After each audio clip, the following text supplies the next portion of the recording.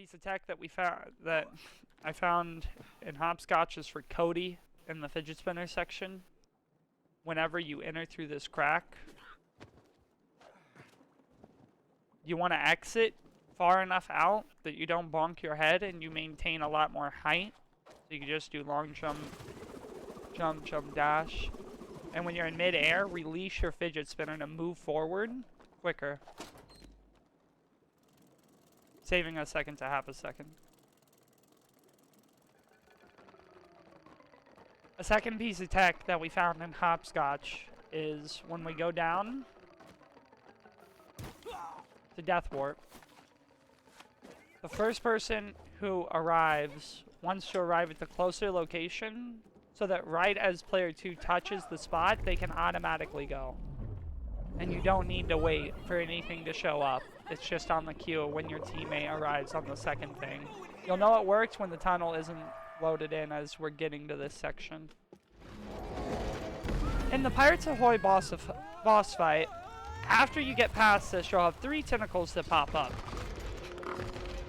If the last tentacle out of the 3 is in the middle or on the left, you can steer your boat with your partner to the left tentacle, kill it, skipping the animation and allowing 3 seconds of time save. 3 to 4. We want to make practical examples of time loss like this. This is time loss.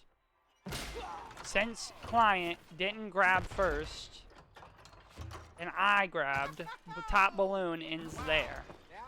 Even if we were slightly slower, or slightly faster, or had better movement. Hold up. Because now if May goes,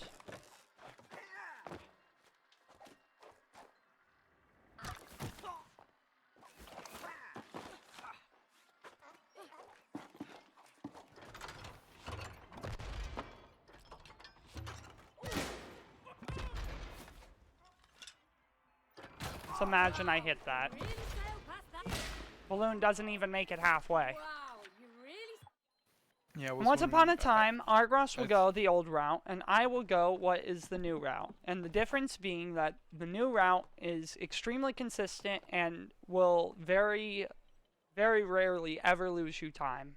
And so, instead of the old route, this is the new route.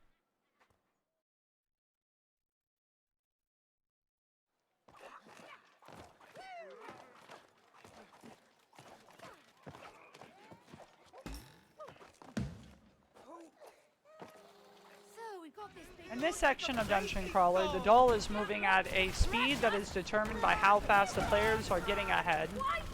Meaning, when you get to the end of this,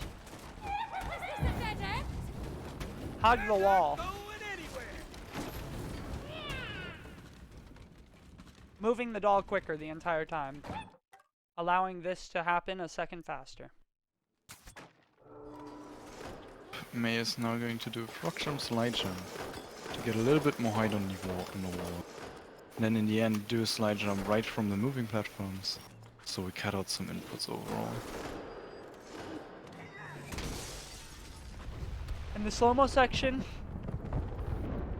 Argos will be doing something different. Indeed. If you walk backwards immediately, buffer your backwards, do a slide jump instantly, while Cody already moves the platform. Double jump dash early, cancel ground pound, you can also get the death warp. In Green Fingers, we have an easier route that prevents any like extra time loss from happening. As we come up here and we get on the invis barrier, instead of going around, we'll just get on this route and get on another invis barrier.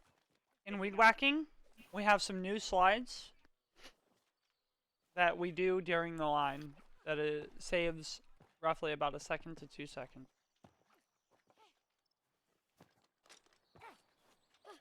First slide, we're wanting to frog jump and then slide out of that and get another slide out of this. Usually you can get more speed than that, it wasn't the best example. And we can do a slide here to also gain a lot of speed, which are the 2 slides. And my slide variation for the first slide goes a little different, where I go off the side and then I ride the momentum on the down slope.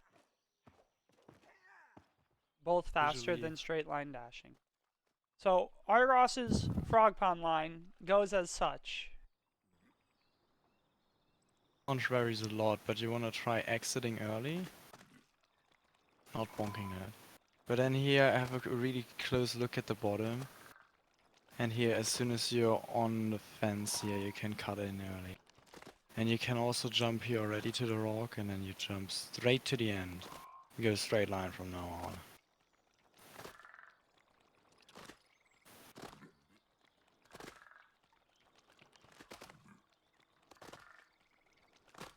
Tiny head hop here, and you get it. After the frog pond, we have a new strat with Cody, where when Cody enters the dirt and he lowers it, as he releases, he can jump out and ground pound to get up instantly. And as you land on this flower, if you slide jump and you hold your slide, you can get a chain slide, resulting in what people call the one line. After you're done with Rainbow Road slide section and you RCP when you're here, we have set movement now, where you're able to do 2 dashes into the terrain, and as you collide with that terrain, you can then jump dash around, resulting in landing around here. And then the biggest time save, because that will save you about 0.5, is how you do the slide here to how long you fall. Alright, Russ, if you want to demonstrate on keyboard, how would you do this slide? So you wanna frog jump forward, but really curve this in hella hard, and then curve back in, and then you do the slide, hold it out relatively long, cancel it with a dash. And as a controller player, when you land up here, we could simply frog jump diagonally, gaining the momentum from the downward slope and being able to slide jump even quicker. Lastly, once having the speed and jumping off of the platform, you can aim your camera down, and when you notice your character exiting the wall, you can dash slightly after that. All in all, both the slide jump and the waiting to dash result in 3 to 5 seconds of time save.